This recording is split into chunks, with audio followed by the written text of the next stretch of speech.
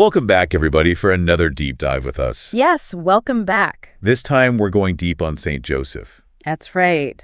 Now, a lot of you might already be familiar with him, or at least his name. Yes, most people have heard of him. But today, we're going to be diving deeper. Deeper than just the name. Exactly. We're going to be exploring his significance and why he matters to all of us today. We're going to be using a YouTube video from the St. Paul Center as our source. Yes, it's a great video featuring a discussion between two experts. And it's a really interesting one, so let's just jump right in. Sounds good to me. One of the first things that they address is something that I think a lot of people maybe have thought about before, and that's devotion to Mary versus Joseph. Right, is it a competition? Yeah, is it a competition? Do we have to pick a side? Yeah, like whose team are you on, right? Well, they actually had a really interesting way of addressing this. They did. They used a kind of a funny analogy. Oh, yeah? They called it a dysfunctional family. A dysfunctional family. Yeah. What do you mean by that? Well, basically what they're saying is we don't have to choose sides. Okay. Just like in a family, maybe things aren't always perfect, but we still love everybody. Right. And spiritually, we have both Mary and Joseph as models. Right. Just like Jesus had both parents. Yeah. That makes sense. We don't have to pit them against each other. Yeah. So it's more about understanding the unique roles they each played. Exactly. I thought it was interesting how they tied this to the concept of the Trinity. Oh, yeah, that's a great point. So the Holy Family isn't just like a random grouping of people. No, it's much more than that. It's a model. A reflection of the Trinity itself. And they even quote St. Francis de Sales, who called the Holy Family the earthly Trinity. Yeah. Wow.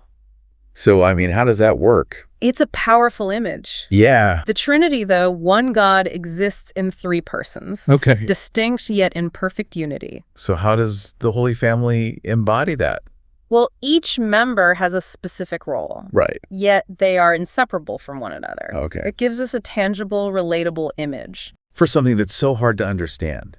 Exactly, a profound mystery. Wow. So it's like a mirror. In a way, yeah. Reflecting a greater truth. That's a good way to put it. Yeah, that's really powerful. It really makes you appreciate the depth of meaning woven into the Holy Family. Yeah, for sure. And it makes you think differently about St. Joseph, too. Definitely. He's not just a background figure. No, not at all. And one point that really stood out to me was the emphasis on God's preparation of Joseph. Oh, yeah, just like he prepared Mary. Right, exactly. And they have this quote that says, "Before the gift of the Immaculate Conception was given to the world, God prepared a man for a mission." Wow, that's a powerful quote. Yeah, it makes you think, huh? It really does. That God's preparation of Joseph for his mission might have even preceded Mary's Immaculate Conception. Wow, that's something I hadn't considered before. Yeah, that's a pretty significant theological idea. It really reframes our whole understanding of Joseph. It really does. Like, he's not just reacting to events as they happen. Like, he's part of a much larger divinely ordained plan. Exactly. It makes you wonder what that preparation might look like. Yeah, like what kind of formation did he go through? What experiences shaped him? Into the man that God needed him to be.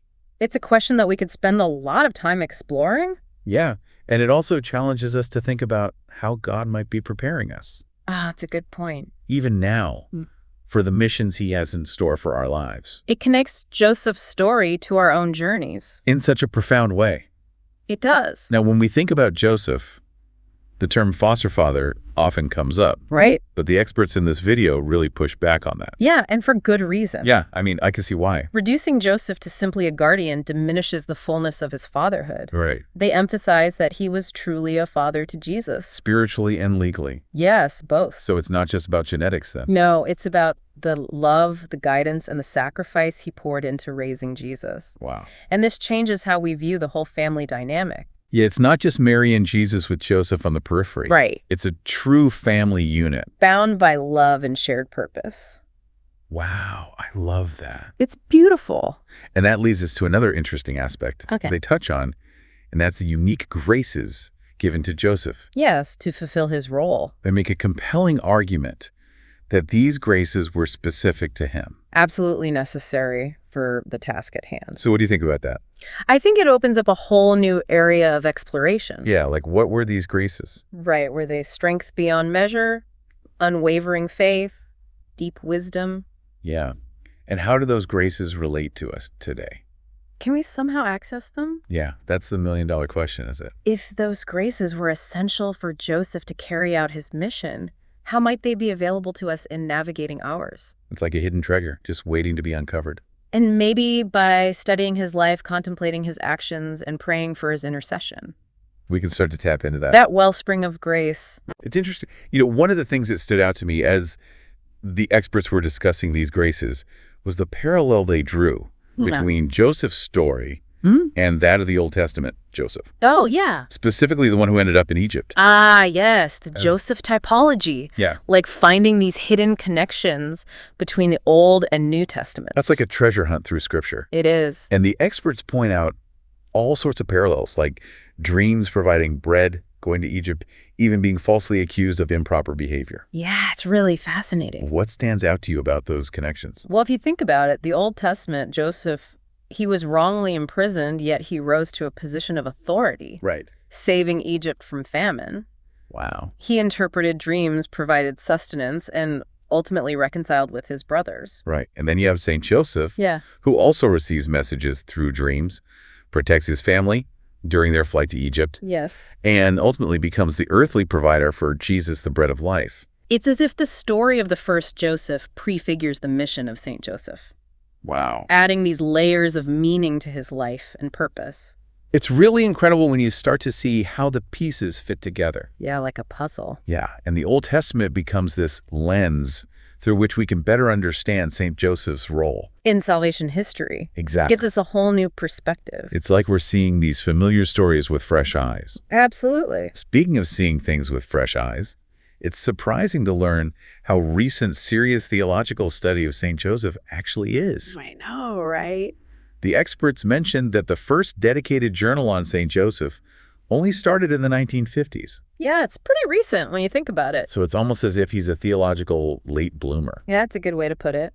Why do you think his significance is becoming more apparent now? That's a great question. I mean, maybe it has something to do with the challenges we face in the modern world. Yeah, the experts pointed out that Joseph faced some pretty difficult situations himself. Right, an unexpected pregnancy. Political turmoil, fleeing his homeland as a refugee. His experiences really resonate with the struggles many people face today. Yeah, I can see that. Maybe we're drawn to him because we see in him a model of quiet strength and resilience. In the face of adversity. Exactly. He doesn't give in to fear or despair. No, he trusts in God's plan even when it doesn't make sense. He doesn't seek the spotlight. He just quietly fulfills his duties with integrity and unwavering devotion. That's a really powerful image, especially in our world, that often prizes self-promotion and outward success. It is a countercultural message. True strength isn't about dominance or control. It's about the willingness to serve, to put the needs of others before our own. And that's something we can all learn from St. Joseph. Regardless of our faith background. His example transcends religious boundaries. He's a universal model of quiet heroism. Selfless love, unwavering dedication to something greater than himself. Exactly. Now, speaking of callings, Yes. we can't forget that St. Joseph is the patron saint of workers. That's right. So what do you think his patronage says about the dignity of work regardless of our profession? Well, the experts made a point of saying that devotion to St. Joseph isn't just for blue-collar workers. Okay. It's for anyone who seeks to do their work with integrity, dedication, and a sense of purpose. So whether you're a CEO, a teacher, a stay-at-home parent, or an artist, We can all learn from Joseph's example. of approaching our work as a vocation, a calling from God, He teaches us to find meaning and value in our daily tasks. no matter how big or small they may seem. Exactly, and he models for us the importance of discernment Of seeking God's will. in the midst of our daily lives. Remember, Joseph received guidance through dreams. Right. He had to interpret those messages and figure out what God was asking of him. And it wasn't always clear-cut. No, he had to weigh his options, listen to his heart, and trust his intuition. Discernment, like Joseph practiced, requires attentiveness and a willingness to follow where God leads. And that's something we can all relate to, right? We all face decisions, big and small, where we need to discern God's will for our lives. Joseph's example shows us that discernment is a process A journey. that requires patience, prayer, and a willingness to be open to God's surprises. It's not always easy, but the rewards can be life-changing. It's about trusting that God is with us every step of the way. Just as he was with Joseph. Exactly. It's kind of like we're all called to discern like Joseph did. Yeah, in a way. Maybe not through dreams, Right.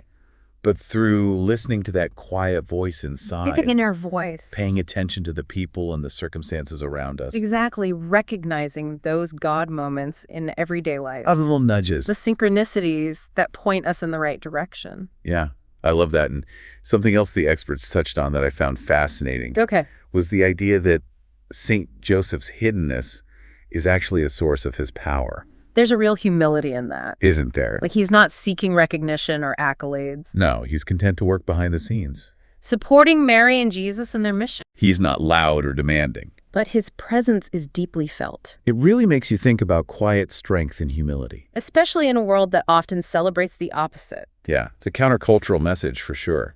True strength isn't about dominance or control. It's about serving others. Putting their needs before our own. And that's something we can all learn from St. Joseph. Regardless of our background. His example transcends religious boundaries. He's a universal model. Of quiet heroism. Selfless love, unwavering dedication to something greater than himself. As we start to wrap up our deep dives into the life and significance of St. Joseph, Okay. what is the key takeaway that you hope our listeners will carry with them? I think it's that St. Joseph is not just a figure from the past. That's right, not just someone in history books. He's a living presence. A powerful intercessor. A model for us. In our complex, modern lives. Someone we can turn to for guidance. Protection, strength. Especially in our own Egypt moments. When we're facing uncertainty. Doubt and fear. And remember, our understanding of St. Joseph is still evolving. There's so much more to discover. More to learn. More to uncover. I encourage you to keep St. Joseph in mind as you go about your day. Reflect on his quiet strength. His unwavering faith. His willingness to say yes to God's call. And who knows, you might just find that he reveals some hidden wisdom or insight. That you need for this particular moment in your life. It's possible. Thank you all for joining us on this deep dive into the extraordinary life of St. Joseph. We hope you've gained a deeper appreciation for him. This often overlooked, yet profoundly significant figure. And remember, the journey of discovery doesn't end here. Keep seeking. Keep questioning. And keep the faith. Thanks for listening. See you next time.